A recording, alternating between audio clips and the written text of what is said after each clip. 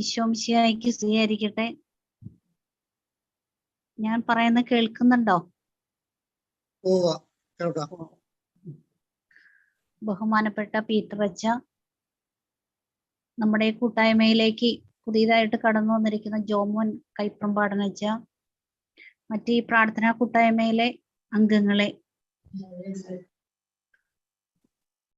നമ്മളെല്ലാവരും സന്ധ്യാസമയത്ത് ഇങ്ങനെ ഒരുമിച്ച് കൂടുമ്പോൾ ഞങ്ങൾക്ക് എല്ലാവർക്കും അനുഭവിക്കുന്ന ഒരു സംഗതിയാണ് ദൈവകൃപ എന്ന് പറയുന്ന ഒരു സ്പിരിച്വലി നമുക്കതെല്ലാം അനുഭവേദ്യമാകുകയാണ്. ഈ ബൈബിൾ വായനയിലൂടെ ഒത്തിരി അനുഗ്രഹങ്ങൾ നമ്മുടെ കുടുംബത്തിലും നമ്മളുടെ ജോലി ചെയ്യുന്ന മേഖലകളിലും എല്ലാം നമുക്ക് അനുഭവേദ്യമാകുന്നുണ്ട്. ഇതിനകത്ത് നമുക്ക് ആത്മീയ സന്ദേശം നൽകിക്കൊണ്ടിരിക്കുന്ന പീറ്റർ അച്ഛൻ ആനുകാലികമായ പ്രശ്നങ്ങളും ഒക്കെ വെച്ചിട്ടാണ് നമുക്ക് സന്ദേശങ്ങൾ നൽകുക. അച്ഛനെ കൂട്ടായ്മയിലേക്ക് ഞങ്ങള് സ്വാഗതം ചെയ്യാണ്. അതുകൂടാതെ ജോമോൻ കൈപ്രമ്പാടൻ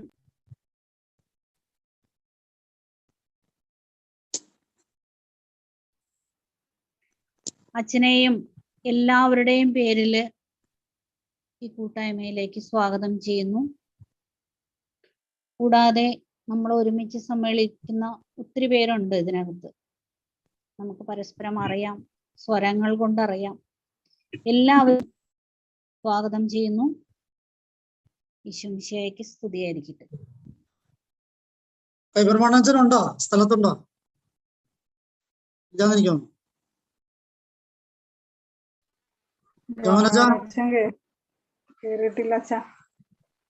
അല്ലേ? നമുക്ക് തുടങ്ങിയേക്കാം. ചെറിയ ചേട്ടാ തുടങ്ങാം. പ്രിയമുള്ളവരെ, ഇന്ന് ഞാൻ നിങ്ങളുമായിട്ട് പങ്കുവയ്ക്കാൻ ആഗ്രഹിക്കുക വചന വായന ആത്മീയ ആഹാരമാണ് എന്നുള്ള ഒരു വിഷയമാണ്. ബൈബിളിന്റെ വിവിധ ഭാഗങ്ങളിൽ നിന്ന് തെരഞ്ഞെടുത്ത വചനങ്ങളുടെ വെളിച്ചത്തില് ഒരു 10 കാര്യങ്ങൾ ഒന്ന് ഓടിച്ച് നിങ്ങളെ ഓർമ്മപ്പെടുത്താമെന്ന് വിചാരിക്കുകയാണ്. എസെക്കിയേലിന്റെ പുസ്തകം 3-ാമത്തെ അധ്യായം 1 തുടങ്ങി 3 വരെയുള്ള വാക്യങ്ങൾ നമ്മൾ പ്രകാരം വായിക്കുകയാണ്. അവൻ എന്നോട് പറഞ്ഞു, മനുഷ്യപുത്ര, നീ കാണുന്ന ഈ ചുരുൾ ഭക്ഷിക്കുക, എന്നിട്ട് പോയി ഇസ്രായേൽ ഭവനത്തോട് സംസാരിക്കുക. ഞാൻ വായു തുറന്നു, അവൻ ആ ചുരുൾ എനിക്ക് ഭക്ഷിക്കാൻ തന്നു. അവൻ പറഞ്ഞു, മനുഷ്യപുത്ര, ഞാൻ തരുന്ന ഈ ചുരുൾ ഭക്ഷിച്ച് വയർ നിറയ്ക്കുക. ഞാനത് ഭക്ഷിച്ചു, എന്റെ വായിൽ അത് തേൻ പോലെ മധുരിച്ചു. എസെക്കിയേലിന്റെ പുസ്തകത്തില് 3-ാമത്തെ അധ്യായം 1 തുടങ്ങി 3 വരെയുള്ള വാക്യങ്ങളാണ് വായിച്ചത്. 4 കാര്യങ്ങള് നമ്മുടെ വചന വായനയുമായിട്ട് ബന്ധപ്പെട്ട് ഇതിൽ നിന്ന് പെറുക്കിയെടുക്കേണ്ടതുണ്ട്. ഭക്ഷിക്കുക എന്ന് വെച്ചാല് ബൈബിളില് 2 അർത്ഥമുണ്ട്. ഫിസിക്കലായിട്ടുള്ള അർത്ഥം അത് ആഹരിക്കുക, അകത്താക്കുക എന്നുള്ളത്. ആ അകത്താക്കലാണ് വായനയിലൂടെ നമ്മൾ ചെയ്തുകൊണ്ടിരിക്കുക. ഭക്ഷിക്കലാണ്. ഒരു പരിധി വിട്ടിട്ട് ഈ ഭക്ഷണത്തെ ധ്യാനമായിട്ടാണ്, മനനമായിട്ടാണ് ബൈബിൾ കാണുന്നത്. അത്രയും ആഴത്തിലേക്ക് ഇപ്പൊ പോകണ്ടെന്ന് ഞാൻ വിചാരിക്കുകയാണ്. ഈ ആഹരിക്കുക എന്നുള്ള ഒറ്റ കാര്യത്തില് ഭക്ഷിക്കുക, അത് ഉള്ളിലാക്കലാണ് ഭക്ഷണം കഴിക്കുക എന്നുള്ളത്. അപ്പോ ഈ വായനയിലൂടെ നമ്മള് ഈ വചനത്തെ, എനിക്ക് പുറത്തുള്ള വചനത്തെ, എഴുതപ്പെട്ട വചനത്തെ ഞാൻ എൻ്റെ ഉള്ളിലേക്ക് ആക്കുകയാണ്. അത് ആത്മീയമായി, ഭൗതികമായി, ബുദ്ധിപരമായി, ഹൃദയപരമായി ഒക്കെ അതിനെ ആഹരിക്കുകയാണ്. ആ അർത്ഥത്തില് ശാരീരികമായിട്ടും മാനസികമായിട്ടും ആത്മീയമായിട്ടും ബുദ്ധിപരമായിട്ടും ഒക്കെ അതിനെ ഭക്ഷിക്കലാണ് വചന വായനയിലൂടെ ചെയ്യുന്നത് എന്ന് സാരം. രണ്ടാമത് പറയുകയാണ്, നീ ഭക്ഷിക്കുക, എന്നിട്ട് പോയി ഇസ്രായേൽ ഭവനത്തോട് സംസാരിക്കുക. അപ്പോ വചനം സ്വീകരിക്കാത്തവൻ, വചനം ഭക്ഷിക്കാത്തവൻ സംസാരിക്കാനായിട്ട് യോഗ്യതയില്ലെന്നർത്ഥം. ഭാരത സങ്കല്പത്തില് മുനി എന്നൊരു വാക്കുണ്ട്. മുനി എന്ന വാക്ക് ഉണ്ടാകുന്നത് മൗനം പാലിക്കുന്നവനാണ് മുനി. മുനിക്ക് രാജമുനി എന്നുള്ളൊരു കാഴ്ചപ്പാടുണ്ട്. അതായത് രാജാവിന്റെ ദർബാറില് ആലോചനാ സമിതി കൂടി കഴിയുമ്പോൾ അവിടെ പല കാര്യങ്ങൾ ചർച്ച ചെയ്യും. ഈ ചർച്ച ചെയ്യുന്ന കാര്യങ്ങൾക്ക് അങ്ങോട്ടും ഇങ്ങോട്ടും അഭിപ്രായ വ്യത്യാസങ്ങൾ വരുമ്പോൾ ആ ചർച്ചകളിലുടനീളം മൗനം പാലിക്കേണ്ടവനാണ് രാജമുനി. അവന്റെ ദൗത്യം അതാണ്. തർക്കങ്ങളായി കഴിയുമ്പോൾ അല്ലെങ്കിൽ തീരുമാനം എടുക്കാൻ പറ്റാണ്ട് വരുമ്പോൾ രാജാവ് പറയും, ഇനി ഇത്രയും നേരം മൗനം പാലിച്ച അങ്ങ് ഇനി സംസാരിക്കും. കാരണം സംസാരിച്ചുകൊണ്ടിരിക്കുന്നവന് വിവേചിക്കാനുള്ള കഴിവ് കുറവാണ്. അപ്പൊ മൗനം പാലിക്കുന്നവനാണ് സംസാരിക്കാൻ അവകാശമുള്ളൂ എന്നാണ് ഭാരത സങ്കല്പം. ധ്യാനിക്കുന്നവനെ സംസാരിക്കാൻ അവകാശമുള്ളൂ, വായിക്കുന്നവനെ പറയാൻ അവകാശമുള്ളൂ. നിങ്ങൾ ശ്രദ്ധിച്ചു നോക്കിക്കഴിഞ്ഞാൽ അറിയാം, നമ്മുടെ പള്ളിയിലെ അച്ഛന്മാരുടെ പ്രസംഗങ്ങൾ പലപ്പോഴും കുറ്റപ്പെടുത്തുന്ന ഈ ആവർത്തന വിരസതയാണ്. കാരണം വായനയില്ല എന്നുള്ളത്. ആഴമായ വായനയും പരപ്പുള്ള ധ്യാനവും ഉണ്ടെങ്കിൽ എപ്പോഴും ഒരേ വിഷയത്തെക്കുറിച്ച്, ഒരേ ബൈബിൾ ഭാഗത്തെക്കുറിച്ച് പ്രസംഗിക്കുമ്പോൾ, സംസാരിക്കുമ്പോൾ അത് പുതിയ ഉൾക്കാഴ്ച പുതിയ ലോകത്തിന് നൽകാൻ പറ്റും. അപ്പോ ഈ അകത്തേക്ക് ചെന്നാലാണ് ആഹരിച്ചവനെ സംസാരിക്കാൻ അവകാശമുള്ളൂ എന്ന് എസെക്കിയേൽ പ്രവാചകനോട് പറയാം. എന്താ ആഹരിച്ചാല്? ഈ ചുരുള് ഭക്ഷിച്ചാലേ സംസാരിക്കാൻ അവകാശമുള്ളൂ. എവിടെ? അത് സ്വന്തം ഭവനത്തിലായിക്കോട്ടെ, ഇസ്രായേൽ ഭവനത്തിലായിക്കോട്ടെ, പൊതു പ്രസംഗമായിക്കോട്ടെ, ഏതായാലും. അപ്പൊ നിന്റെ വീട്ടില് നിനക്ക് സംസാരിക്കാനായിട്ടുള്ള യോഗ്യത ഉണ്ടാവണമെങ്കിൽ വചനം വായിക്കണമെന്ന് തന്നെ അർത്ഥം. ഈ സൂം മീറ്റിങ്ങില് 4 പേര് കേൾക്കാൻ വേണ്ടി ഒരു ശുശ്രൂഷ എന്ന് പറഞ്ഞ അപ്പുറത്തേക്ക് ഇത് നിന്റെ ആവശ്യമാണ്. നിന്റെ ആത്മാവ് വളരാൻ, നിന്റെ മനസ്സ് വളരാൻ, നിന്റെ ബുദ്ധി വളരാൻ ഒന്നാമതായിട്ട്. രണ്ടാമത്തെ കാര്യമാണ് പറഞ്ഞത്, സംസാരിക്കാനായിട്ട് അവകാശം ഉണ്ടാകണമെങ്കിൽ വായിക്കണം. എന്തുകൊണ്ടാ നമ്മൾ രാവിലെ എഴുന്നേൽക്കുമ്പോൾ വായ നാറുന്നത്? ആഹാരം കഴിക്കാത്തതുകൊണ്ടാണ്. ആഹരിക്കാതിരുന്നാൽ നാറും. വചനം സ്വീകരിക്കാതെ സംസാരിച്ചു കഴിഞ്ഞാല് നാറ്റം ഉണ്ടാകും. അത് വായിക്കല്ല, ജീവിതത്തിന്. നാറുന്നത് കുടുംബമായിരിക്കും, നമ്മുടെ ജീവിതമായിരിക്കും, നമ്മുടെ സഭയായിരിക്കും, നമ്മുടെ ഇടവകയായിരിക്കും, നമ്മുടെ തൊഴിൽ മേഖലയായിരിക്കും. അപ്പോ വചനം ആഹരിക്കാത്തവൻ വാ തുറന്നു കഴിഞ്ഞാല് നാറ്റമുണ്ടാകും എന്ന് തന്നെയാണ് അർത്ഥം. ശാരീരിക മൂക്കൊണ്ടുള്ള സ്മെല്ലല്ല, അത് മനസ്സിലാക്കി കാണുമെന്ന് വിചാരിക്കണം. മറ്റുള്ളവരുടെ മുഖത്ത് നോക്കാൻ പറ്റാത്ത നാറ്റക്കേസുകൾ. അപ്പോ വചനം കൊണ്ട്, വചനം സ്വീകരിച്ചവനാണ്, ആഹരിച്ചവനാണ് സംസാരിക്കാൻ അവകാശം. മൂന്നാമതായിട്ട് അവിടെ പറയുന്നൊരു കാര്യം, ഞാൻ തരുന്ന ഈ ചുരുൾ ഭക്ഷിക്കാനല്ല ക്രിസ്തു പറയണം. ഭക്ഷിക്കാൻ ആണ്, പക്ഷെ അതിന് ഒരു പടി കൂടി കടന്ന് പറയുകയാണ്,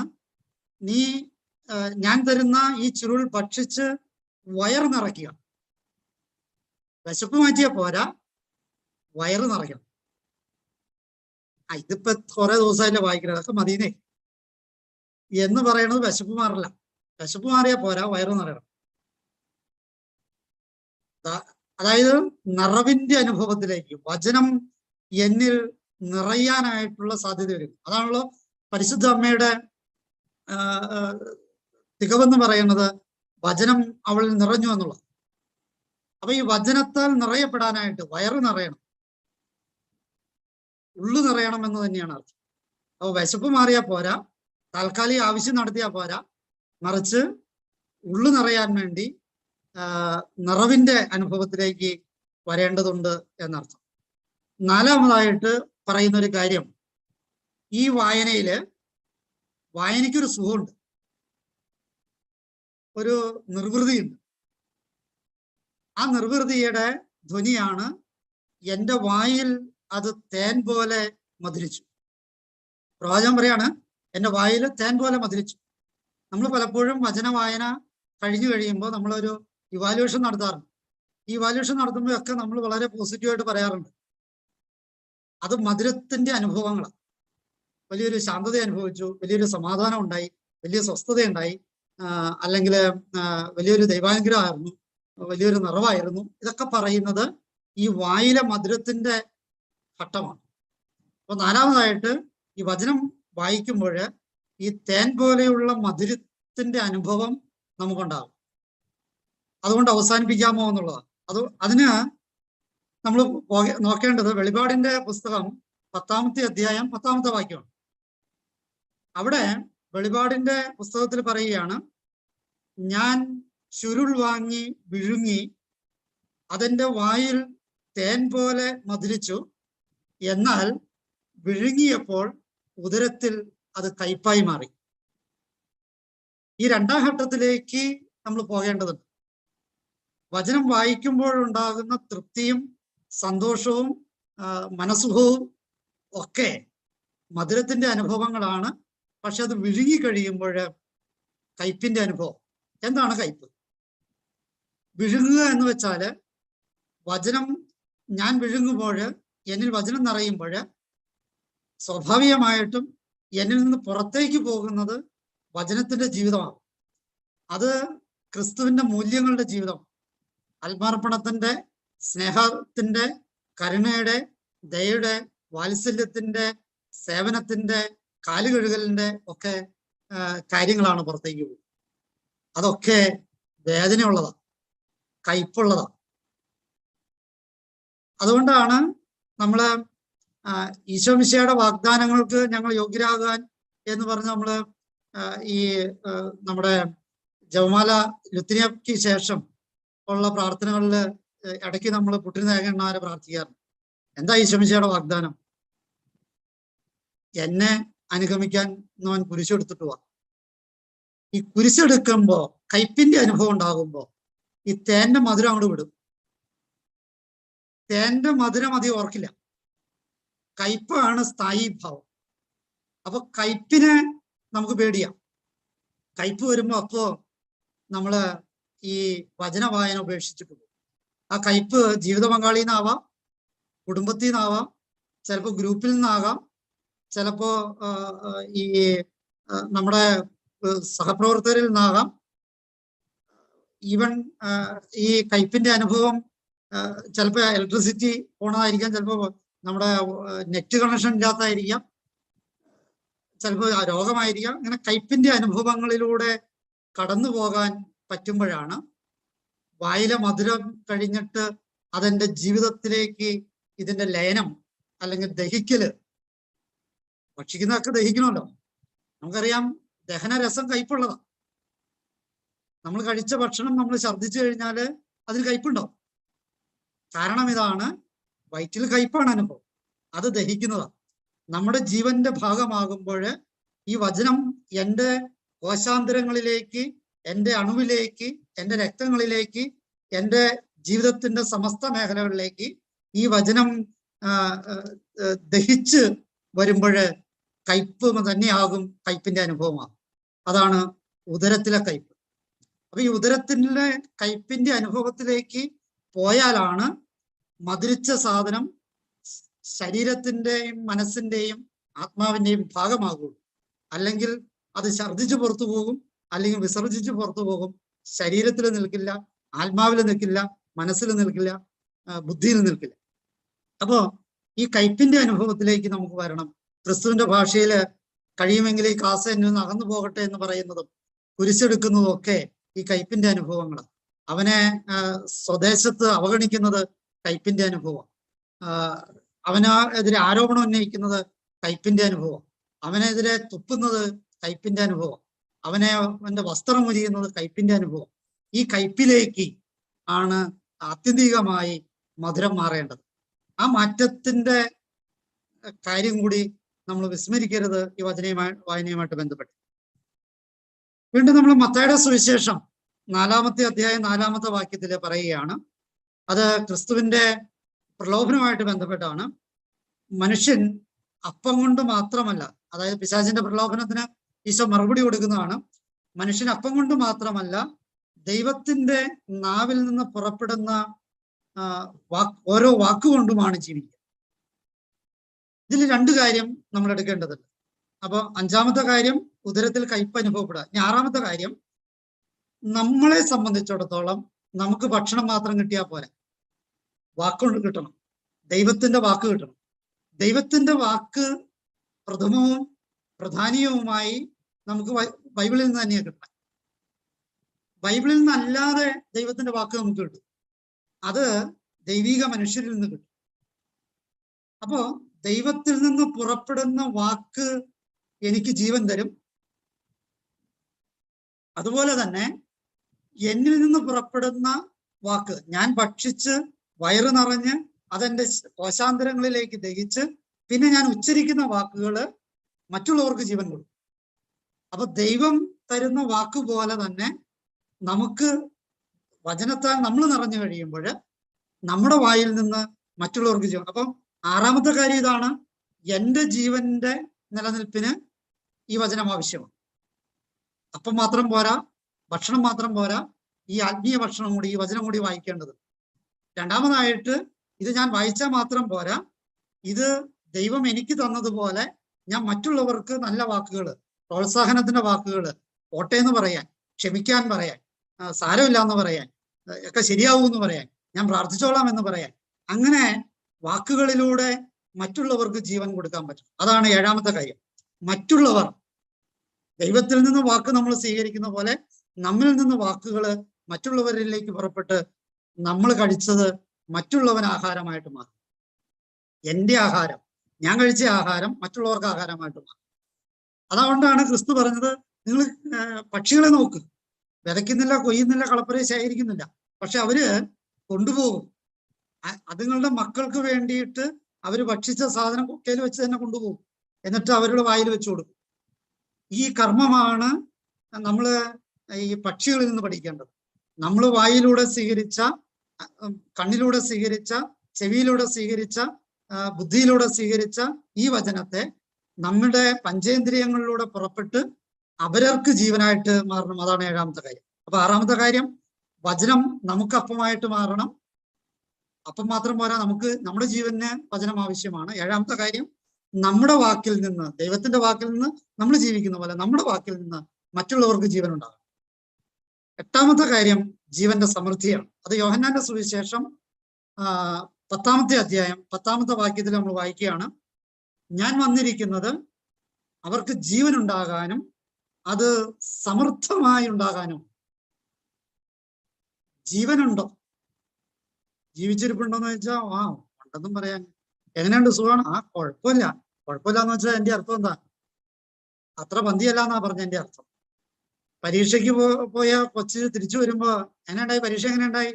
കുഴപ്പമില്ല എന്ന് പറഞ്ഞാൽ ജയിച്ചാ ജയിച്ചു, അത്രേ ഉള്ളൂ. അപ്പൊ ഈ കുഴപ്പമില്ല എന്നുള്ള നമ്മുടെ ഉത്തരം. എങ്ങനെയുണ്ട് ജീവിതമൊക്കെ? സന്തോഷമാണ്, പോണു, അങ്ങനെയാണ്, അങ്ങനെയൊക്കെയാണ്. ക്രിസ്തു വന്നതിനല്ല, ജീവൻ ഉണ്ടോ എന്ന് ചോദിച്ചാൽ ഉണ്ട് എന്ന് പറയാനല്ല, സമൃദ്ധമായ ജീവനുണ്ടെന്ന് പറയാൻ. ഈ സമൃദ്ധമായ ജീവനാണ് വചനവായനയിലൂടെ നമുക്കുണ്ടായത്. വചനവായനയിലൂടെ സമൃദ്ധമായ ജീവൻ ഉണ്ടാകും. കുറച്ച് ജീവൻ ഉണ്ടായാൽ പോരാ, കുറച്ച് ജീവൻ മറ്റുള്ളവർക്കൊക്കെ ഉണ്ട്. അപ്പൊ വചനം വായിക്കുന്ന ഒരു ശുശ്രൂഷയില് ഏർപ്പെട്ടിരിക്കുന്ന നമുക്ക് ജീവൻ, സമൃദ്ധമായ ജീവൻ ഉണ്ടാകണം. അതാണ് എട്ടാമത്തെ കാര്യം, ജീവന്റെ സമൃദ്ധി ഉണ്ടാകുക എന്നുള്ളത്. 9-ാമത്തെ കാര്യം, ഒരു തീഷ്ണത, ജ്വലനം, ചൂട് ഉണ്ടാകണമെന്ന്. ഭക്ഷണം കഴിക്കുമ്പോൾ നമ്മുടെ ശരീരം ചൂടാവും. ശ്രദ്ധിച്ചിട്ടുണ്ടോ എന്നറിയില്ല. തണുപ്പ് കാലത്ത് നമ്മൾ ഭക്ഷണം കൂടുതൽ കഴിക്കും. എന്തിനാ? പുറമെ തണുപ്പായതുകൊണ്ട് ബോഡി ഹീറ്റ് ആവാനാ. അപ്പൊ ആഹാരത്തിന്റെ ഒരു സ്വഭാവം ഈ ജ്വലനം ഉണ്ടാക്കുക എന്നുള്ളത്.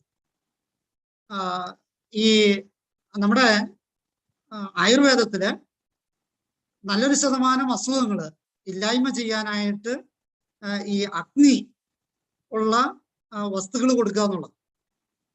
ഇപ്പോ ഈ കുരുമുളക് അല്ലെങ്കിൽ എന്താ പറയാ നമ്മുടെ ഈ ചെത്തിക്കൊടുവേലി, ഇതൊക്കെ ഇങ്ങനെ കുറെ ഔഷധങ്ങള് ഈ അഗ്നിയാണ്, ജൈവ അഗ്നികളാണ്. ഈ ജൈവ അഗ്നികൾ കൊടുക്കുമ്പോഴാണ് ശരീരത്തിലെ പല വിഷാംശങ്ങളെയും ഇല്ലായ്മ ചെയ്ത് ശുദ്ധീകരിക്കാൻ പറ്റുള്ളൂ. അത് ഈ ജ്വലനം ഉണ്ടാകുന്ന അനുഭവം നമ്മൾ വായിക്കുന്നത് ലൂക്കയുടെ സുവിശേഷം 24-ാമത്തെ അധ്യായത്തില് 32-ാമത്തെ വാക്യത്തില്. അത് പശ്ചാത്തലം ഇതാണ്: ക്രിസ്തുവിന്റെ മരണശേഷം 2 ശിഷ്യന്മാര് അവരുടെ പ്രതീക്ഷയൊക്കെ നഷ്ടപ്പെട്ട് അവര് ജെറൂസലേമിൽ നിന്ന് എമ്മാവുസിലേക്ക് പോവുക. ജെറൂസലേം എന്ന് പറയുന്നത് ആത്മീയതയുടെ കൂടാരമാണ്, ആത്മീയതയുടെ അടിത്തറയാണ്. ഈ ആത്മീയതയുടെ സ്ഥലത്ത് നിന്ന് ഭൗതികതയുടെ സ്ഥലത്തേക്ക് അവർ യാത്ര ചെയ്യും. ഈ യാത്രയിൽ ക്രിസ്തു കൂടെ കൂടിയിട്ട് കുറെ നേരം സഞ്ചരിച്ച കഥകളൊക്കെ നിങ്ങൾക്കറിയാം. ഏതായാലും അവിടെ വെച്ച് ഈ അവസാനം യേശുവിനെ തിരിച്ചറിഞ്ഞു കഴിഞ്ഞപ്പോൾ ഈശോ അവരിൽ നിന്ന് അപ്രത്യക്ഷനായി. അപ്പോഴവർ പറയുകയാണ്, വഴിയിൽ വെച്ച് അവൻ വിശുദ്ധ ലിഖിതം വിശദീകരിച്ചുകൊണ്ട് നമ്മോട് സംസാരിച്ചപ്പോൾ നമ്മുടെ ഹൃദയം ജ്വലിച്ചിരുന്നില്ലേ? ജ്വലനമുണ്ടോ? ഇന്നലെ വരെ ഉണ്ടായ അതേ ജീവിതം തന്നെയാണോ, അതോ തീക്ഷ്ണതയിൽ വ്യത്യാസം വന്നിട്ടുണ്ടോ? ഈ 9-ാമത്തെ പോയിന്റ് അതാ, ജ്വലനം ഉണ്ടാകുക. അപ്പൊ അഗ്നി ഉണ്ടാകണം, വചനത്തിന്റെ അഗ്നി നമ്മളുണ്ടാകണം. അതുകൊണ്ടാണ് ക്രിസ്തു പറഞ്ഞത്, ഞാൻ വന്നിരിക്കുന്നത് തീയിടാനാ, തീ വേണം. പരിശുദ്ധാത്മാവ് തീയുടെ രൂപത്തിലാണ്. ഈ ജ്വലനം ഉണ്ടാകണം, അഗ്നി ഉണ്ടാകണം. അപ്പൊ ഈ അഗ്നി ഉണ്ടോ ഇല്ലോ എന്നുള്ളതാണ്. ഹൃദയം ജ്വലിക്കുന്നുണ്ടോ എന്നുള്ളത്. അവസാനമായി 10-ാമത്തെ പോയിന്റ് ഇതാണ്, തിരിച്ചുപോക്കുണ്ടാകണോ എന്നുള്ളത്. ഭക്ഷണം തിരിച്ചുപോക്കിലേക്കുള്ള കാര്യം. എന്തുകൊണ്ടാ ഒരു കുടുംബത്തിൽ നിന്ന് ഇറങ്ങിപ്പോണ ഒരാള് വിശക്കുമ്പോ കുടുംബത്തിലേക്ക് തിരിച്ചു തന്നെ? ശുദ്ധമായ ഭക്ഷണം കിട്ടുമെന്ന് വിചാരിച്ചിട്ടാ. അങ്ങനെ ശുദ്ധമായ ഭക്ഷണം കിട്ടാത്ത കുടുംബങ്ങളിലേക്ക് തിരിച്ചു വരാൻ ആൾക്കാർക്ക് വലിയ താല്പര്യം ഉണ്ടാവില്ല. അത് വഴികളൊക്കെ തട്ടി തിരിച്ചു നടക്കും. അപ്പോ ഈ ആഹാരം തിരിച്ചുപോക്കിനുള്ള സാധ്യതയാണ്. ധൂർത്തപുത്രന്റെ ഉമ്മയില് നമ്മൾ എന്താ വായിക്കണേ? അവൻ ആഹാരത്തെ കുറിച്ച് ഓർത്തപ്പോഴാണ് തിരിച്ചുപോയി.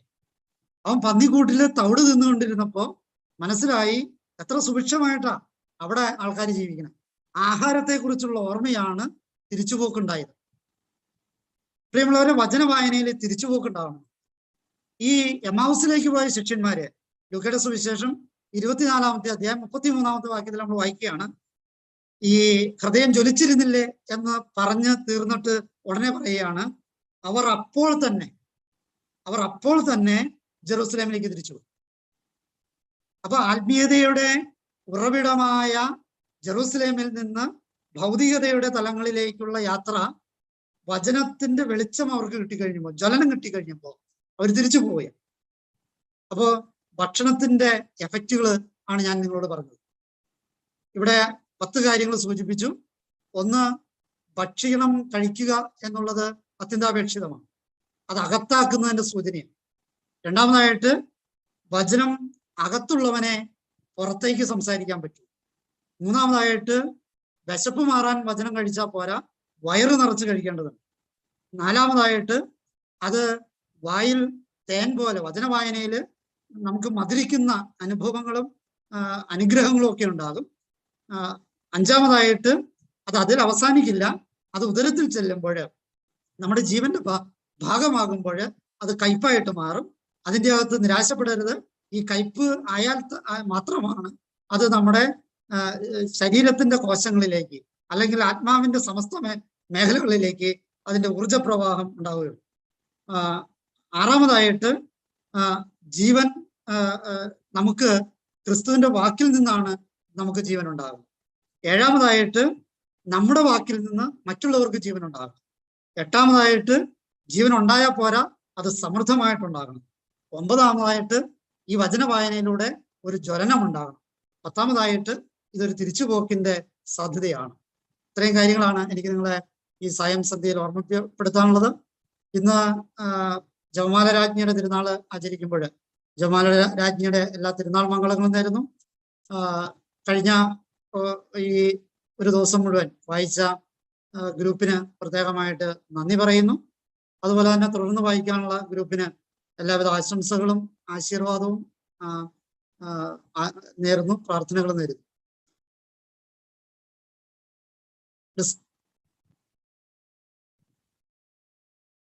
ചെറിയചേട്ടാ. ബഹുമാനപ്പെട്ട പീറ്ററച്ചന് നന്ദി അർപ്പിക്കുന്നതിനായി മരിയ സോളമനെ ക്ഷണിച്ചോളണം.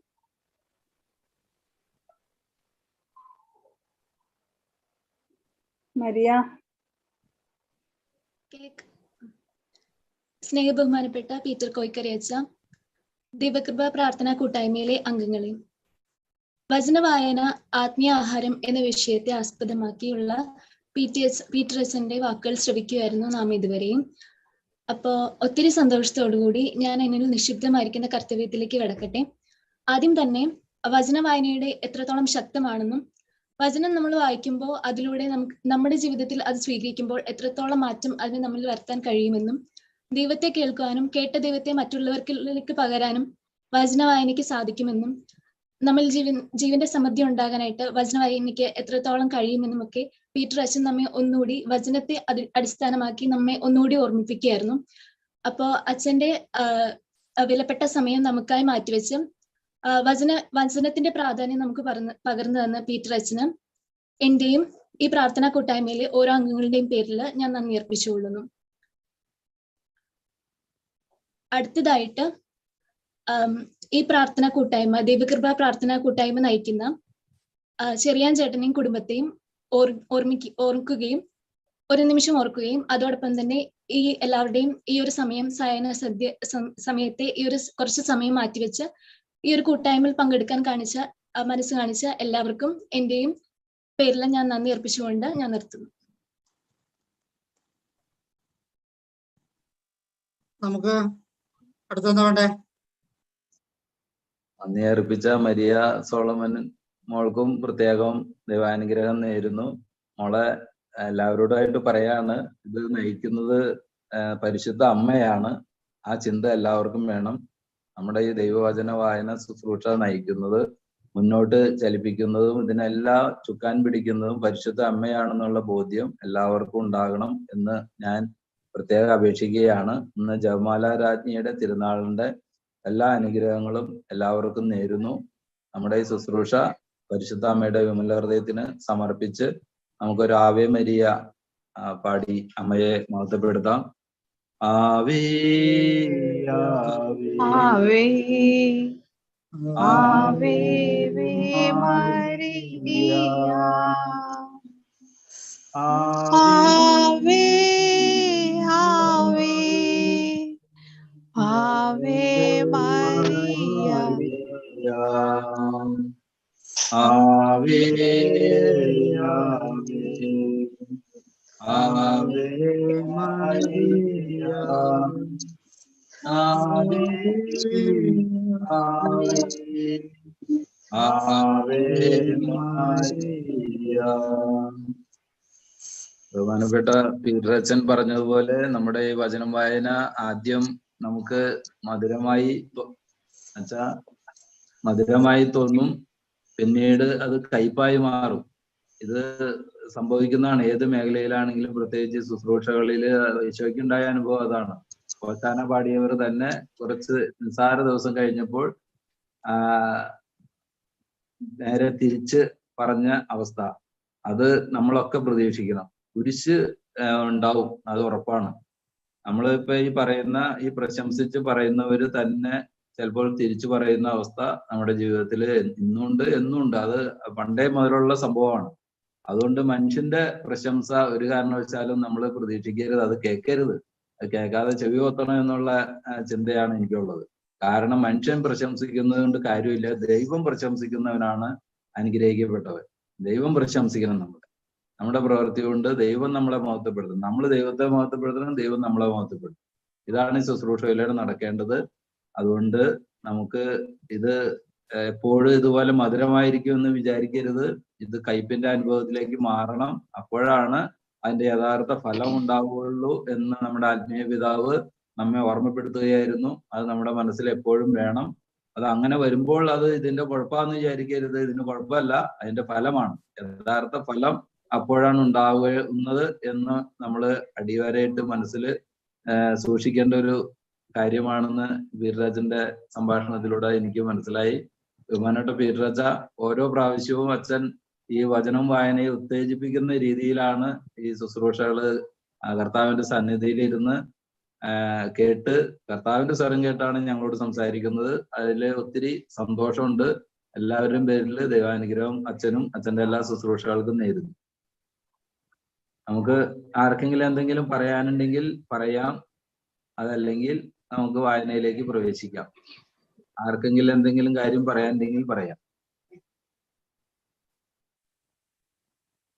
പീറ്ററാച്ചൻ കുറച്ച് ഭാഗമൊന്നും വായിക്കാ. വായിക്കാം.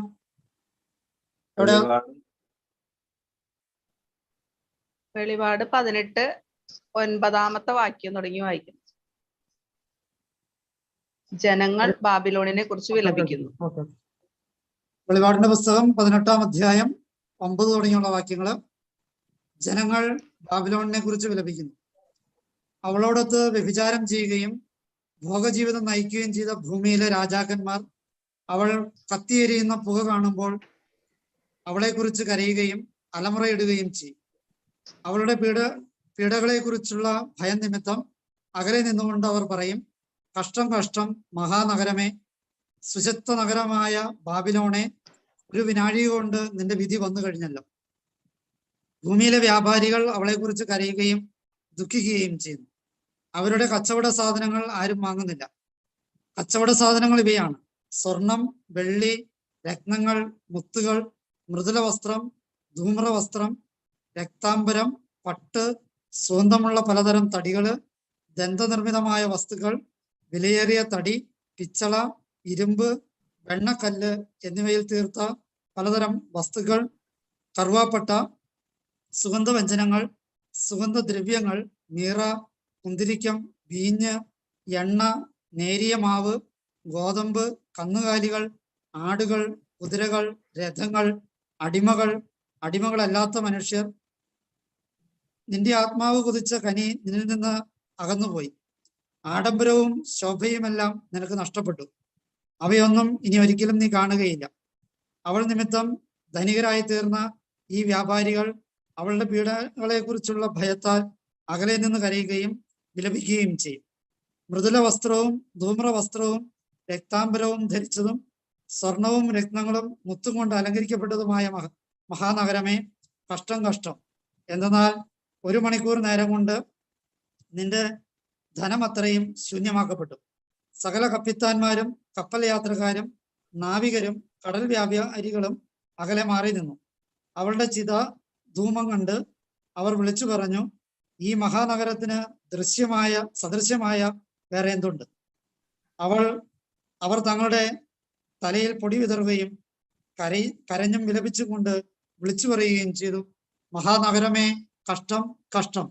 കടലിൽ കപ്പലുള്ളവരെല്ലാം നീ മൂലം സമ്പന്നരായി, പക്ഷേ 1 മണിക്കൂർ കൊണ്ട് നീ നശിപ്പിക്കപ്പെട്ടു. അല്ലയോ സ്വർഗമേ, വിശുദ്ധരെ, അപ്പസ്തോലന്മാരെ, പ്രവാചകന്മാരെ, അവളുടെ നാശത്തിൽ ആഹ്ലാദിക്കുവിൻ. ദൈവം നിങ്ങൾക്ക് വേണ്ടി അവൾക്കെതിരെ വിധി പ്രസ്താവിച്ചു കഴിഞ്ഞു. അനന്തരം ശക്തനായൊരു ദൂതൻ വലിയ തിരികല്ല് പോലുള്ള ഒരു കല്ലെടുത്ത് കടലിലേക്ക് എറിഞ്ഞിട്ട് പറഞ്ഞു, ബാബിലോൺ മഹാനഗരവും ഇതുപോലെ വലിച്ചെറിയപ്പെടും. ഇനി ഒരിക്കലും അവൾ കാണപ്പെടുകയില്ല. വീണവായനക്കാരുടെയും ഗായകരുടെയും കുഴലൂതുന്നവരുടെയും കാഹളം വിളിക്കുന്നവരുടെയും ശബ്ദം ഇനി ഒരിക്കലും നിന്നിൽ കേൾക്കുകയില്ല. കരകൗശല വിദഗ്ധരാരും ഇനിമേൽ നിന്നിൽ കാണപ്പെടുകയില്ല. തിരികലിന്റെ സ്വരം നിന്നിൽ നിന്ന് ഉയരുകയില്ല. ഒരു ദീപവും ഇനി ഒരിക്കലും നിന്നിൽ പ്രകാശിക്കുകയില്ല. വധൂവരന്മാരുടെ സ്വരം ഇനി ഒരിക്കലും നിന്നിൽ കേൾക്കുകയുമില്ല. നിന്റെ വ്യാപാരികൾ ഭൂമിയിലെ ഉന്നതന്മാരായിരുന്നു. നിന്റെ ആഭിചാരം കൊണ്ട് സകല ജനതകളെയും നീ വഞ്ചിക്കുകയും ചെയ്തു. പ്രവാചകന്മാരുടെയും വിശുദ്ധരുടെയും ഭൂമിയിൽ വധിക്കപ്പെട്ട സകലരുടെയും രക്തം അവളിൽ കാണപ്പെട്ടു. 18-ാം അധ്യായം കഴിഞ്ഞു. ഇനി 19-ാം അധ്യായം വായിച്ചു തുടങ്ങും. വെളിപാടിന്റെ പുസ്തകം 19-ാം അധ്യായം 1 മുതലുള്ള തിരുവചനങ്ങൾ. സ്വർഗത്തിൽ വിജയഗീതം. ഇതിനുശേഷം സ്വർഗത്തിൽ വലിയ ജനക്കൂട്ടത്തിൻ്റെതു പോലുള്ള ശക്തമായ സ്വരം ഞാൻ കേട്ടു, ഹല്ലേലൂയ.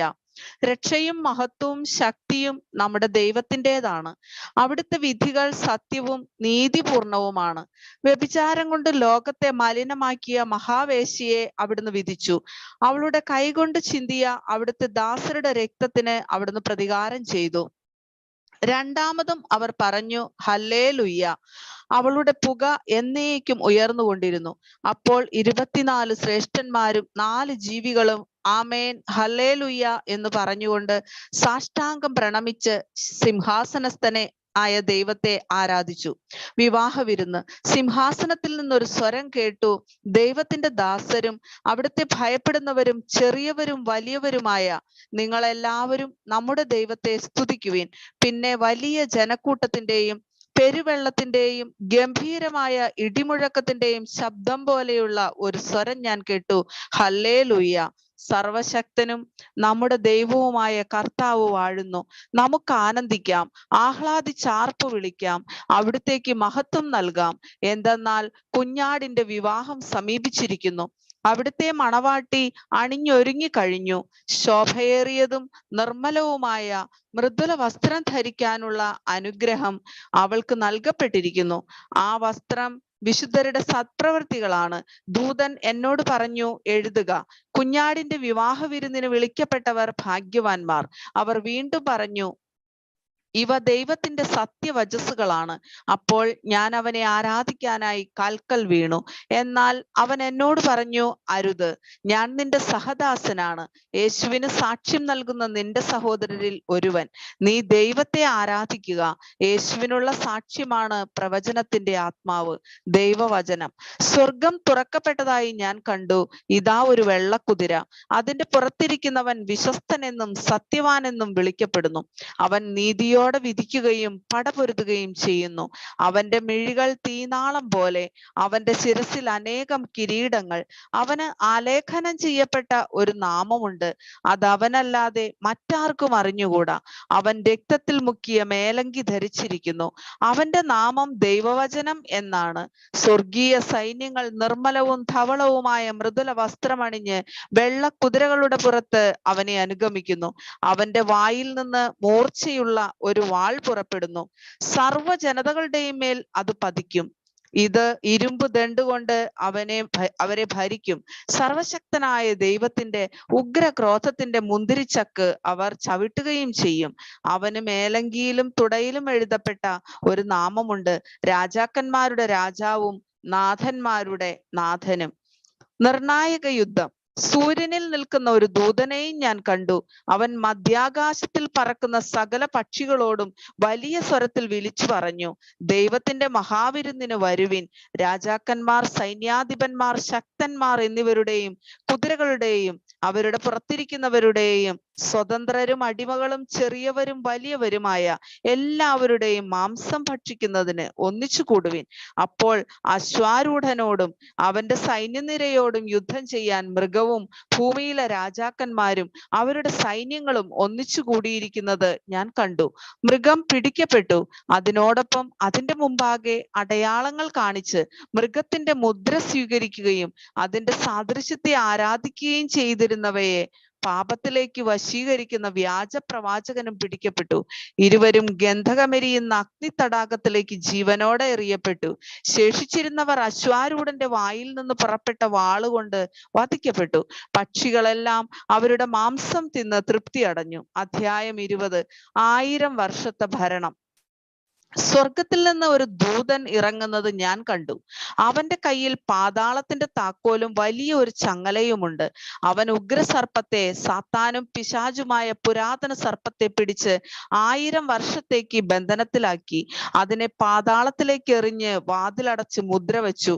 1000 വർഷം തികയുവോളം ജനതകളെ അവൻ വഞ്ചിക്കാതിരിക്കുന്നതിന് വേണ്ടിയാണിത്.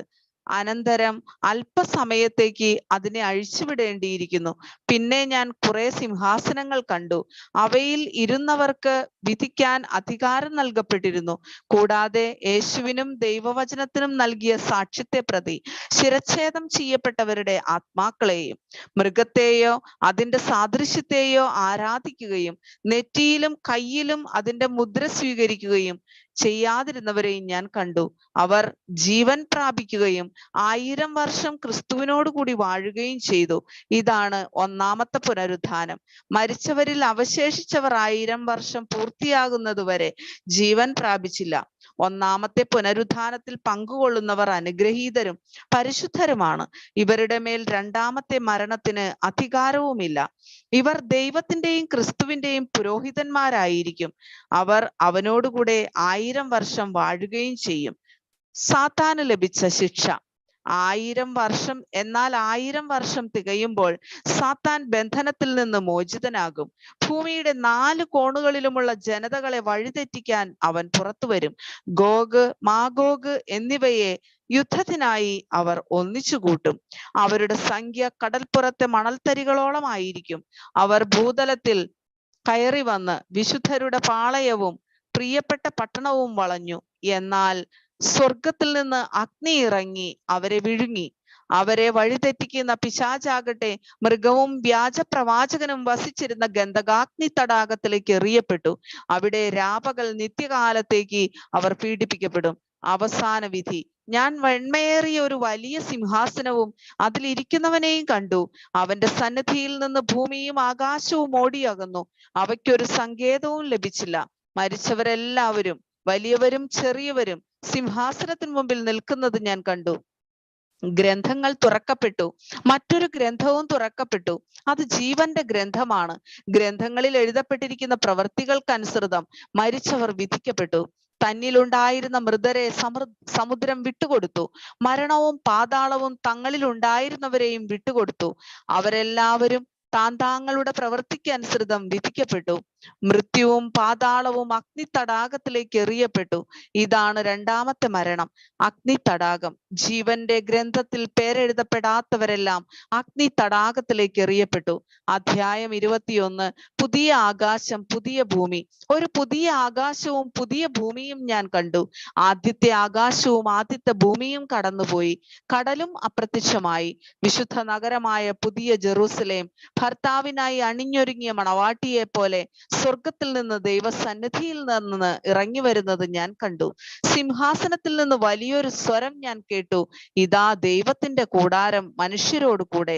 അവിടുന്ന് അവരോടൊത്ത് വസിക്കും. അവർ അവിടുത്തെ ജനമായിരിക്കും.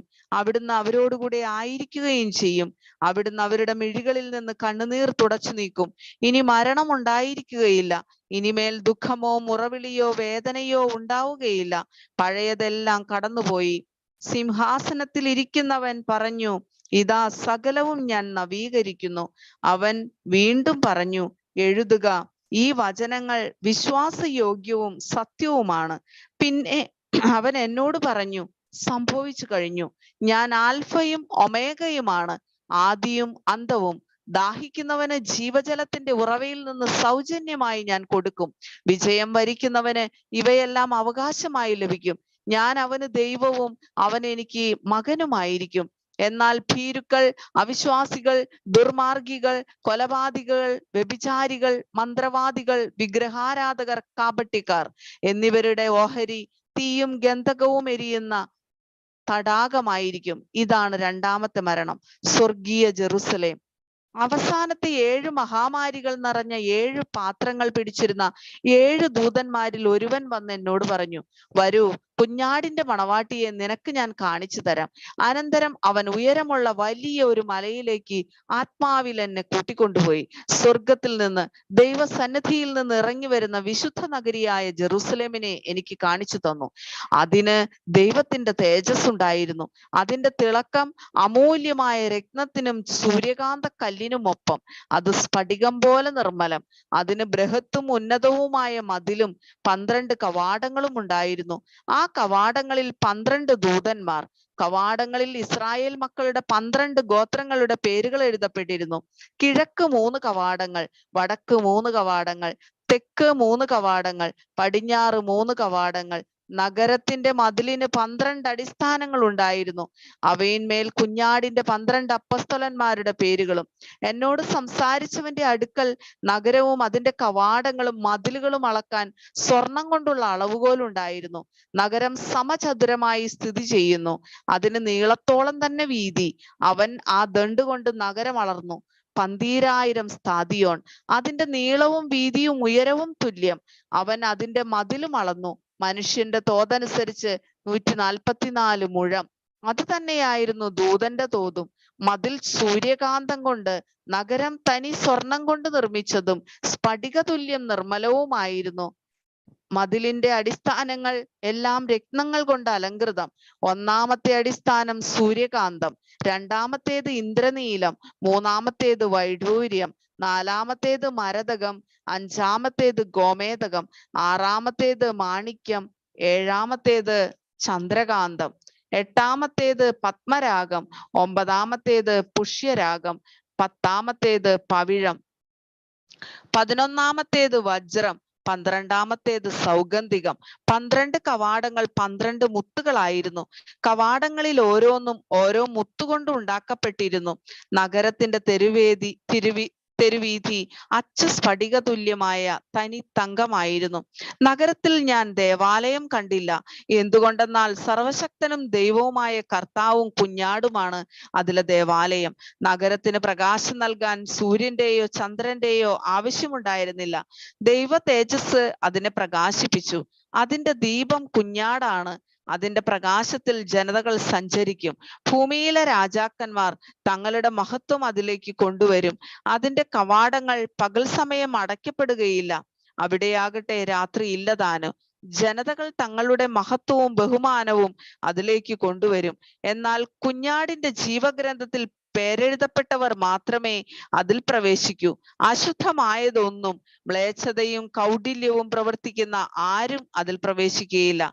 അധ്യായം 22. ദൈവത്തിന്റെയും കുഞ്ഞാടിന്റെയും സിംഹാസനത്തിൽ നിന്ന് പുറപ്പെടുന്നതും സ്ഫടികം പോലെ തെളിഞ്ഞതുമായ ജീവജലത്തിന്റെ നദി അവൻ എനിക്ക് കാണിച്ചു തന്നു. നഗരവീഥിയുടെ മധ്യത്തിൽ നദിയുടെ ഇരുഭാഗങ്ങളിലുമായി 12 തരം ഫലങ്ങൾ കായ്ക്കുന്ന ജീവന്റെ വൃക്ഷം നിലനിൽക്കുന്നു. അത് മാസം തോറും ഫലം തരുന്നു. ആ വൃക്ഷത്തിന്റെ ഇലകൾ ജനതകളുടെ രോഗശാന്തിക്ക് വേണ്ടിയുള്ളവയാണ്. ഇനിമേൽ ശപിക്കപ്പെട്ടതായി ഒന്നും ഉണ്ടായിരിക്കുകയില്ല. ദൈവത്തിന്റെയും കുഞ്ഞാടിന്റെയും സിംഹാസനം അതിലുണ്ടായിരിക്കും. അവിടുത്തെ ദാസർ അവിടുത്തെ ആരാധിക്കും. അവർ അവിടുത്തെ മുഖം ദർശിക്കും. അവിടുത്തെ നാമം അവരുടെ നെറ്റിത്തടങ്ങളിൽ ഉണ്ടായിരിക്കും. ഇനി ഒരിക്കലും രാത്രി ഉണ്ടാവുകയില്ല. ദീപത്തിന്റെ വെളിച്ചമോ സൂര്യന്റെ പ്രകാശമോ അവർക്ക് ആവശ്യമില്ല. ദൈവമായ കർത്താവ് അവരുടെ മേൽ പ്രകാശിക്കുന്നു. അവർ എന്നേക്കും വാഴും. ക്രിസ്തുവിന്റെ പ്രത്യാഗമനം. അവൻ എന്നോട് പറഞ്ഞു, ഈ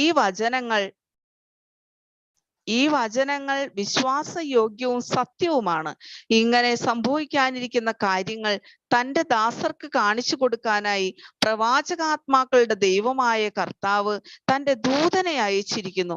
ഇതാ ഞാൻ വേഗം വരുന്നു. ഈ പുസ്തകത്തിലെ പ്രവചനങ്ങൾ കാക്കുന്നവൻ ഭാഗ്യവാൻ. യോഹന്നാനായ ഞാൻ ഇത് കേൾക്കുകയും കാണുകയും ചെയ്തു. ഇവ കേൾക്കുകയും കാണുകയും ചെയ്തപ്പോൾ ഇവ കാണിച്ചു തന്ന ദൂതനെ ആരാധിക്കാൻ ഞാൻ അവന്റെ കാൽക്കൽ വീണു. അപ്പോൾ അവൻ എന്നോട് പറഞ്ഞു, അരുത്, ഞാൻ നിന്റെ ദൈവവും നിന്റെ സഹോദരന്മാരായ പ്രവാചകന്മാരുടെയും ഈ ഗ്രന്ഥത്തിലെ വചനങ്ങൾ കാക്കുന്നവരുടെയും സഹദാസനാണ്. ദൈവത്തെ ആരാധിക്കുക. വീണ്ടും അവൻ എന്നോട് പറഞ്ഞു, ഈ ഗ്രന്ഥത്തിലെ പ്രവചനങ്ങൾ നീ മുദ്രിതമായി സൂക്ഷിക്കേണ്ട. എന്തെന്നാൽ സമയം അടുത്തിരിക്കുന്നു. അനീതി ചെയ്തിരുന്നവൻ ഇനിയും അനീതി ചെയ്തു കൊള്ളട്ടെ. പാപക്കറ പുരണ്ടവൻ ഇനിയും അങ്ങനെ തന്നെ കഴിഞ്ഞുകൊള്ളട്ടെ. നീതിമാൻ ഇനിയും നീതി പ്രവർത്തിക്കട്ടെ. വിശുദ്ധർ ഇനിയും വിശുദ്ധീകരിക്കപ്പെടട്ടെ. ഇതാ ഞാൻ വേഗം വരുന്നു. എന്റെ സമ്മാനവും ഞാൻ കൊണ്ടുവരുന്നുണ്ട്. ഓരോരുത്തർക്കും സ്വന്തം പ്രവൃത്തികൾക്കനുസൃതം പ്രതിഫലം നൽകാനാണ് ഞാൻ വരുന്നത്. ഞാൻ ആൽഫയും ഒമേഗയുമാണ്, ഒന്നാമത്തവനും ഒടുവിലത്തവനും ആദിയും അന്ത്യവും. ജീവന്റെ വൃക്ഷത്തിന്മേൽ അവകാശം ലഭിക്കാനും കവാടങ്ങളിലൂടെ നഗരത്തിലേക്ക് പ്രവേശിക്കാനും തങ്ങളുടെ അങ്കികൾ കഴുകി ശുദ്ധിയാക്കുന്നവർ ഭാഗ്യവാന്മാർ. നായ്ക്കളും മന്ത്രവാദികളും വ്യഭിചാരികളും കൊലപാതകികളും വിഗ്രഹാരാധകരും അസത്യത്തെ സ്നേഹിക്കുകയും അത് പ്രവർത്തിക്കുകയും ചെയ്യുന്ന സകലരും പുറത്ത്. യേശുവായ ഞാൻ സഭകളെ കുറിച്ച് നിങ്ങൾക്ക് സാക്ഷ്യപ്പെടുത്തുന്നതിന് വേണ്ടി എന്റെ ദൂതനെ അയച്ചു. ഞാൻ ദാവീദിന്റെ വേരും സന്തതിയുമാണ്. പ്രഭാപൂർണനായ പ്രഭാത നക്ഷത്രം. ആത്മാവും മണവാട്ടിയും പറയുന്നു, വരിക. കേൾക്കുന്നവൻ പറയട്ടെ, വരിക. ദാഹിക്കുന്നവൻ വരട്ടെ. ആഗ്രഹമുള്ളവൻ ജീവന്റെ ജലം സൗജന്യമായി സ്വീകരിക്കട്ടെ. ഉപസംഹാരം. ഈ പുസ്തകത്തിലെ പ്രവചനങ്ങൾ ശ്രവിക്കുന്ന എല്ലാവരോടും ഞാൻ സാക്ഷ്യപ്പെടുത്തുന്നു. ആരെങ്കിലും ഈ വചനങ്ങളോട് എന്തെങ്കിലും കൂട്ടിച്ചേർത്താൽ ഈ പുസ്തകത്തിൽ വിവരിക്കപ്പെട്ടിരിക്കുന്ന മഹാമാരികൾ ദൈവം അവന്റെ മേൽ അയക്കും. ഈ പുസ്തകത്തിലെ പ്രവചനങ്ങളിൽ നിന്ന് ആരെങ്കിലും എന്തെങ്കിലും എടുത്തു കളഞ്ഞാൽ ഈ പുസ്തകത്തിൽ വിവരിക്കപ്പെട്ടിരിക്കുന്ന വിശുദ്ധ നഗരത്തിലും ജീവന്റെ വൃക്ഷത്തിലുമുള്ള അവന്റെ പങ്ക് ദൈവം എടുത്തു കളയും. ഇത് സാക്ഷ്യപ്പെടുത്തുന്നവൻ പറയുന്നു, അതെ, ഞാൻ വേഗം വരുന്നു. ആമേൻ. കർത്താവായ യേശുവേ വരണമേ. കർത്താവായ യേശുവിന്റെ കൃപ എല്ലാവരോടും കൂടെ ഉണ്ടായിരിക്കട്ടെ. ആമേൻ. ഹല്ലേലൂയ.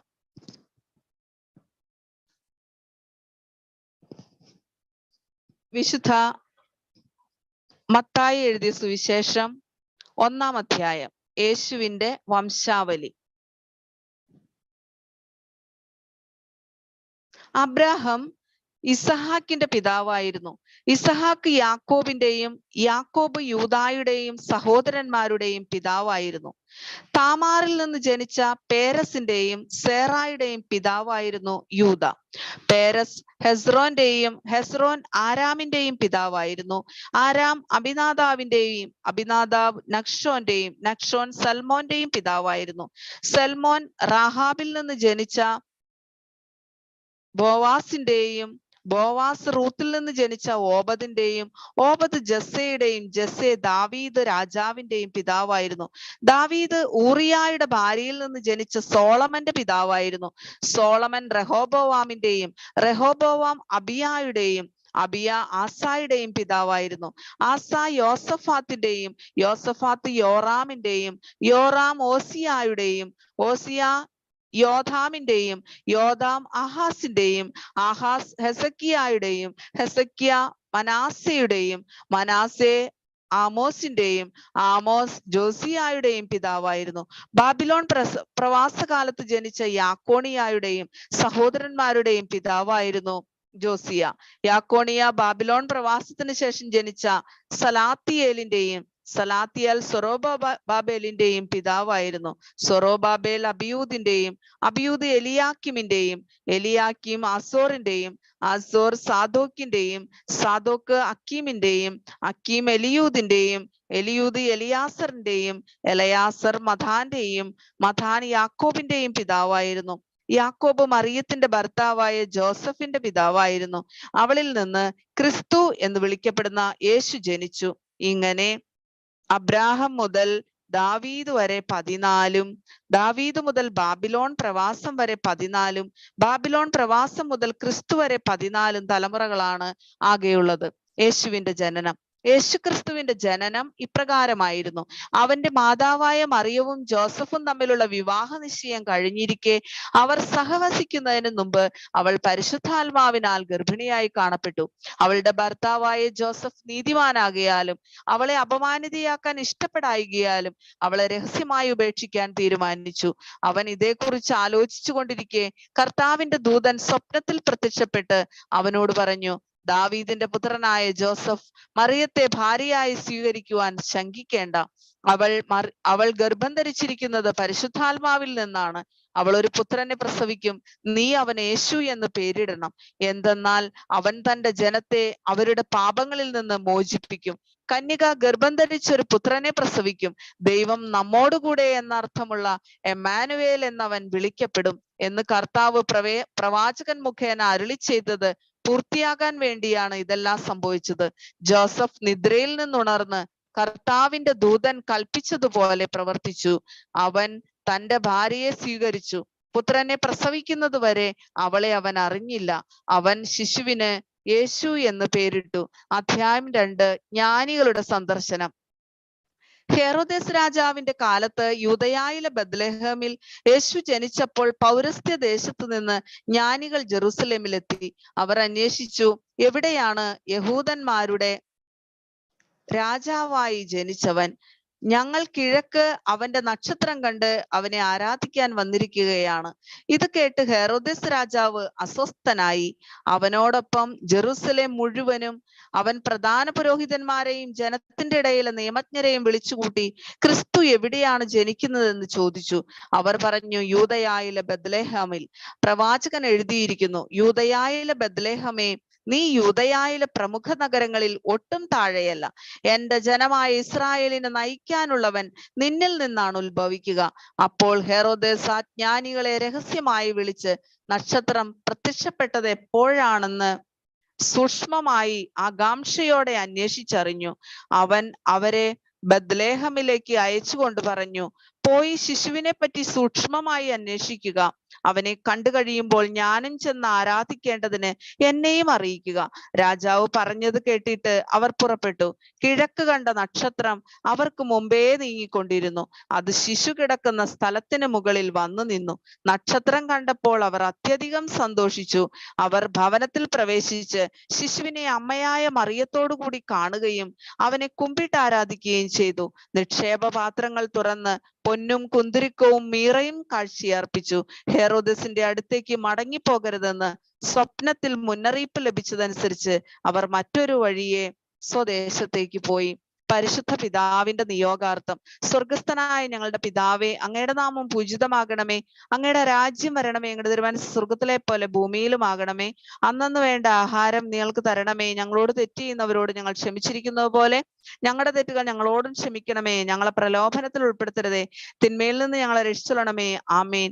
നന്മ നിറഞ്ഞ മറിയമേ സ്വസ്തി, കർത്താവ് അങ്ങയോടുകൂടെ സ്ത്രീകളിൽ അങ്ങ് അനുഗ്രഹിക്കപ്പെട്ടവളാകുന്നു. അങ്ങയുടെ ഉദരത്തിൻ ഫലമായി ഈശോ അനുഗ്രഹിക്കപ്പെട്ടവനാവുന്നു. പരിശുദ്ധ മറിയമേ, തമ്പുരാന്റെ അമ്മേ, പാപികളായ ഞങ്ങൾക്ക് വേണ്ടി ഇപ്പോഴും ഞങ്ങളുടെ മരണസമയത്തും തമ്പുരാനോട് അപേക്ഷിച്ചുകൊള്ളണമേ. ആമേൻ. വിശ്വാസ പ്രമാണം. സർവശക്തനായ പിതാവും ആകാശത്തിന്റെയും ഭൂമിയുടെയും സൃഷ്ടാവുമായ ദൈവത്തിൽ ഞാൻ വിശ്വസിക്കുന്നു. അവിടുത്തെ ഏകപുത്രനും ഞങ്ങളുടെ കർത്താവുമായ ഈശോ മിശിഹായിലും ഞാൻ വിശ്വസിക്കുന്നു. ഈ പുത്രൻ പരിശുദ്ധാത്മാവിനാൽ ഗർഭസ്ഥനായി കന്യകാമറിയത്തിൽ നിന്ന് പിറന്ന് പന്തിയോസ് പിലാത്തോസിന്റെ കാലത്ത് പീഡകൾ സഹിച്ച് കുരിശിൽ തറയ്ക്കപ്പെട്ട് മരിച്ചടക്കപ്പെട്ട് പാതാളങ്ങളിൽ ഇറങ്ങി മരിച്ചവരുടെ ഇടയിൽ നിന്ന് മൂന്നാം നാൾ ഉയർത്ത് സ്വർഗത്തിലേക്ക് എഴുന്നള്ളി സർവശക്തിയുള്ള പിതാവായ ദൈവത്തിന്റെ വലതുഭാഗത്തിരിക്കുന്നു. അവിടെ നിന്ന് ജീവിക്കുന്നവരെയും മരിച്ചവരെയും വിധിക്കുവാൻ വരുമെന്നും ഞാൻ വിശ്വസിക്കുന്നു. പരിശുദ്ധാത്മാവിൽ ഞാൻ വിശ്വസിക്കുന്നു. വിശുദ്ധ കത്തോലിക്ക സഭയിലും പുണ്യാന്മാരുടെ ഐക്യത്തിലും പാപങ്ങളുടെ മോചനത്തിലും ശരീരത്തിന്റെ ഉയർപ്പിലും നിത്യമായ ജീവിതത്തിലും ഞാൻ വിശ്വസിക്കുന്നു. ആമേൻ. വിശുദ്ധ മത്തായി എഴുതിയ സുവിശേഷം 2-ാം അധ്യായം 13-ാമത്തെ തിരുവചനം. ഈജിപ്തിലേക്കുള്ള പലായനം. അവിടെ നിന്ന് തുടങ്ങി റാണിക്ക് വായിക്കാം. വിശുദ്ധ മത്തായി എഴുതിയ സുവിശേഷം 2-ാം അധ്യായം 13 വരെയുള്ള വാക്യങ്ങൾ. ഈജിപ്തിലേക്കുള്ള പലായനം. അവർ പോയി കഴിഞ്ഞപ്പോൾ കർത്താവിന്റെ ദൂതൻ സ്വപ്നത്തിൽ പ്രത്യക്ഷപ്പെട്ട് ജോസഫിനോട് പറഞ്ഞ്, എഴുന്നേറ്റ് ശിശുവിനെയും അമ്മയെയും കൂട്ടി ഈജിപ്തിലേക്ക് പലായനം ചെയ്യുക. ഞാൻ പറയുന്നതുവരെ അവിടെ താമസിക്കുക. ഹെരോദേസ് ശിശുവിനെ വധിക്കാൻ വേണ്ടി ഉടനെ അന്വേഷണം തുടങ്ങും. അവൻ ഉണർന്ന് ശിശുവിനെയും അമ്മയെയും കൂട്ടി ആ രാത്രി തന്നെ ഈജിപ്തിലേക്ക് പോയി. ഹെരോദേസിന്റെ മരണം വരെ അവിടെ വസിച്ചു. ഈജിപ്തിൽ നിന്ന് ഞാൻ എന്റെ പുത്രനെ വിളിച്ചു എന്ന് പ്രവാചകനിലൂടെ കർത്താവ് അരുൾ ചെയ്തത് പൂർത്തിയാകാനാണ് ഇത് സംഭവിച്ചത്. ജ്ഞാനികൾ തന്നെ കബളിപ്പിച്ചെന്ന് മനസ്സിലാക്കിയ ഹെരോദേസ് രോഷാകുലനായി. അവരിൽ നിന്ന് മനസ്സിലാക്കിയ സമയമനുസരിച്ച് അവൻ ബത്ലഹേമിലെയും സമീപ പ്രദേശങ്ങളിലെയും 2-ഉം അതിൽ താഴെയും വയസ്സുള്ള എല്ലാ ആൺകുട്ടികളെയും ആളെ അയച്ചു വധിച്ചു. ഇങ്ങനെ ജെറമ്യ പ്രവാചകൻ വഴി അരുൾ ചെയ്യപ്പെട്ടത് പൂർത്തിയായി. റാമായിൽ ഒരു സ്വരം, വലിയ കരച്ചിലും മുറവിളിയും. റാഹേൽ സന്താനങ്ങളെ കുറിച്ച് കരയുന്നു. അവളെ സ്വാന്തനപ്പെടുത്തുക അസാധ്യം, എന്തെന്നാൽ അവൾക്ക് സന്താനങ്ങൾ നഷ്ടപ്പെട്ടിരിക്കുന്നു. തിരിച്ചുവരവ്. ഹെരോദേസിന്റെ മരണത്തിന് ശേഷം ഈജിപ്തിൽ വെച്ച് കർത്താവിന്റെ ദൂതൻ ജോസഫിന് സ്വപ്നത്തിൽ പ്രത്യക്ഷപ്പെട്ട് പറഞ്ഞു, എഴുന്നേറ്റ് ശിശുവിനെയും അമ്മയെയും കൂട്ടി ഇസ്രായേൽ ദേശത്തേക്ക് മടങ്ങുക. ശിശുവിനെ വധിക്കാൻ ശ്രമിച്ചവർ മരിച്ചു കഴിഞ്ഞു. അവൻ എഴുന്നേറ്റ് ശിശുവിനെയും അമ്മയെയും കൂട്ടി ഇസ്രായേൽ ദേശത്തേക്ക് പുറപ്പെട്ടു. മകൻ അക്കറലവോസ് ആണ് പിതാവിനെ ഹെരോദേസിന്റെ സ്ഥാനത്ത് യൂദായിൽ ഭരിക്കുന്നതെന്ന് കേട്ടപ്പോൾ അവിടേക്ക് പോകാൻ ജോസഫിന് ഭയമായി. സ്വപ്നത്തിൽ ലഭിച്ച മുന്നറിയിപ്പ് അനുസരിച്ച് അവൻ ഗലീല പ്രദേശത്തേക്ക് പോയി. അവൻ നസ്രായൻ എന്ന് വിളിക്കപ്പെടും എന്ന് പ്രവാചകൻ വഴി അരുള ചെയ്യപ്പെട്ടത് നിർവൃത്തിയാകുവാൻ നസ്രത്ത് എന്ന പട്ടണത്തിൽ അവൻ ചെന്ന് പാർത്തു. സ്നാപക യോഹന്നാന്റെ പ്രഭാഷണം. അക്കാലത്ത് 3-ാം അധ്യായം. അക്കാലത്ത് സ്നാപക യോഹന്നാൻ യൂദയായിലെ മരുഭൂമിയിൽ വെച്ച് പ്രസംഗിച്ചു, മാനസാന്തരപ്പെടുവിൻ, സ്വർഗരാജ്യം സമീപിച്ചിരിക്കുന്നു. ഇവനെ പറ്റിയാണ് യെശയ്യാ പ്രവാചകൻ വഴി ഇങ്ങനെ അരുൾ ചെയ്യപ്പെട്ടത്. മരുഭൂമിയിൽ വിളിച്ചു പറയുന്നവന്റെ ശബ്ദം, കർത്താവിന് വഴിയൊരുക്കുവിൻ, അവന്റെ പാതകൾ നേരെയാക്കുവിൻ. യോഹന്നാൻ ഒട്ടകരോമം കൊണ്ടുള്ള വസ്ത്രവും അരയിൽ തോൾവാറും ധരിച്ചിരിക്കുന്നു. വെട്ടുകിളിയിലും കാട്ടുതേനുമായിരുന്നു അവന്റെ ഭക്ഷണം. ജെറുസലേമിലെയും യൂദാ മുഴുവനിലെയും യോർദാന്റെ പരിസര പ്രദേശങ്ങളിൽ നിന്നുള്ള ജനം അവന്റെ അടുത്തെത്തി. അവർ പാപങ്ങൾ ഏറ്റുപറഞ്ഞ് യോർദാൻ നദിയിൽ വെച്ച് അവനിൽ നിന്ന് സ്നാനം സ്വീകരിച്ചു. അനേകം ഫെരിസേരും സദുയായക്കാരും സ്നാനമേൽക്കാൻ വരുന്നത് കണ്ട് യോഹന്നാൻ അവരോട് പറഞ്ഞു, അണലി സന്തതികളെ, ആസന്നമായ ക്രോധത്തിൽ നിന്ന് ഓടിയകലാൻ നിങ്ങൾക്ക് മുന്നറിയിപ്പ് നൽകിയതാരാണ്? മാനസാന്തരത്തിന് യോജിച്ച ഫലം പുറപ്പെടുവിക്കൻ. ഞങ്ങൾക്ക് പിതാവായി അബ്രഹാം ഉണ്ട് എന്ന് പറഞ്ഞ് അപമാനിക്കേണ്ട. ഈ കല്ലുകളിൽ നിന്ന് അബ്രഹത്തിന് സന്താനങ്ങളെ പുറപ്പെടുവിക്കാൻ ദൈവത്തിന് കഴിയുമെന്ന് ഞാൻ നിങ്ങളോട് പറയുന്നു. വൃക്ഷങ്ങളുടെ വേരിന് കോടാലി വെച്ചു കഴിഞ്ഞു. നല്ല ഫലം കായ്ക്കാത്ത വൃക്ഷങ്ങളെല്ലാം വെട്ടി തീയിലെറിയപ്പെടും. മാനസാന്തരത്തിനായി ഞാൻ ജലം കൊണ്ട് നിങ്ങളെ സ്നാനപ്പെടുത്തി. എന്റെ പിന്നാലെ വരുന്നവൻ എന്നേക്കാൾ ശക്തൻ. അവന്റെ ചെരുപ്പ് വഹിക്കാൻ പോലും ഞാൻ യോഗ്യനല്ല. അവൻ പരിശുദ്ധാത്മാവിനാലും അഗ്നിയാലും നിങ്ങളെ സ്നാനപ്പെടുത്തും. വീശുമുറം അവന്റെ കയ്യിലുണ്ട്. അവൻ കളം വെടുപ്പാക്കി ഗോതമ്പ് അറപ്പുരയിൽ ശേഖരിക്കും, പതിരു കെടാത്ത തീയിൽ കത്തിച്ചു കളയുകയും ചെയ്യും. യേശുവിന്റെ ജ്ഞാനസ്നാനം. യേശു യോഹന്നാനിൽ നിന്ന് സ്നാനം സ്വീകരിക്കാൻ ഗലീലിൽ നിന്ന് യോർദാനിൽ അവന്റെ അടുത്തേക്ക് വന്നു. ഞാൻ നിന്നിൽ നിന്ന് സ്നാനം സ്വീകരിക്കേണ്ടിയിരിക്കെ നീ എന്റെ അടുത്തേക്ക് വരുന്നുവോ എന്ന് ചോദിച്ചുകൊണ്ട് യോഹന്നാൻ അവനെ തടഞ്ഞു. എന്നാൽ യേശു പറഞ്ഞു, ഇപ്പോൾ ഇത് സമ്മതിക്കുക. അങ്ങനെ സർവ്വനീതിയും പൂർത്തിയാക്കുക നമുക്ക് ഉചിതമാണ്. ഞാൻ സമ്മതിച്ചു. സ്നാനം കഴിഞ്ഞ ഉടനെ യേശു വെള്ളത്തിൽ നിന്ന് കയറി. അപ്പോൾ സ്വർഗം തുറക്കപ്പെട്ടു. ദൈവാത്മാവ് പ്രാവിന്റെ രൂപത്തിൽ തന്റെ മേൽ ഇറങ്ങി വരുന്നത് അവൻ കണ്ടു. ഇവൻ എന്റെ പ്രിയപുത്രൻ, ഇവനിൽ ഞാൻ പ്രസാദിച്ചിരിക്കുന്നു എന്ന് ഒരു സ്വരം സ്വർഗത്തിൽ നിന്ന് കേട്ടു. മത്തായി എഴുതിയ സുവിശേഷം 4-ാം അധ്യായം. മരുഭൂമിയിലെ പരീക്ഷ. അനന്തരം പിശാചിനാൽ പരീക്ഷിക്കപ്പെടുന്നവനെ യേശുവിന്റെ ആത്മാവ് മരുഭൂമിയിലേക്ക് നയിച്ചു. യേശു 40 ദിനരാത്രങ്ങൾ ഉപവസിച്ചു. അപ്പോൾ അവന് വിശന്നു. പ്രലോഭകൻ അവനെ സമീപിച്ചു പറഞ്ഞു, നീ ദൈവപുത്രനാണെങ്കിൽ ഈ കല്ലുകൾ അപ്പമാകുവാൻ പറയുക.